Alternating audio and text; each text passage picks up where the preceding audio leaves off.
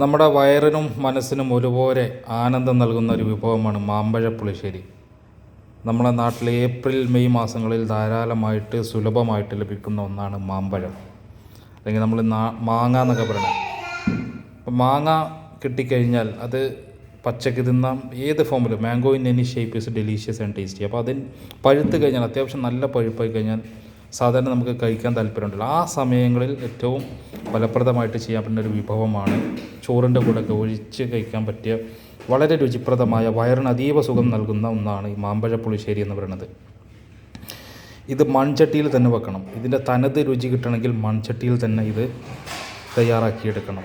നെയ്യ്, ശർക്കര, പച്ചമുളക്, മഞ്ഞൾ, മാങ്ങ, മാമ്പഴം ഇവ സമം വേവിച്ചെടുക്കുക. നന്നായിട്ട് തിളച്ച് വന്നതിന് ശേഷം തേങ്ങ, അരമുറി തേങ്ങ, തൈര്, മഞ്ഞൾപ്പൊടി നന്നായിട്ട് മഷി പോലെ അരച്ച് ഇതിൽ ചേർക്കുക.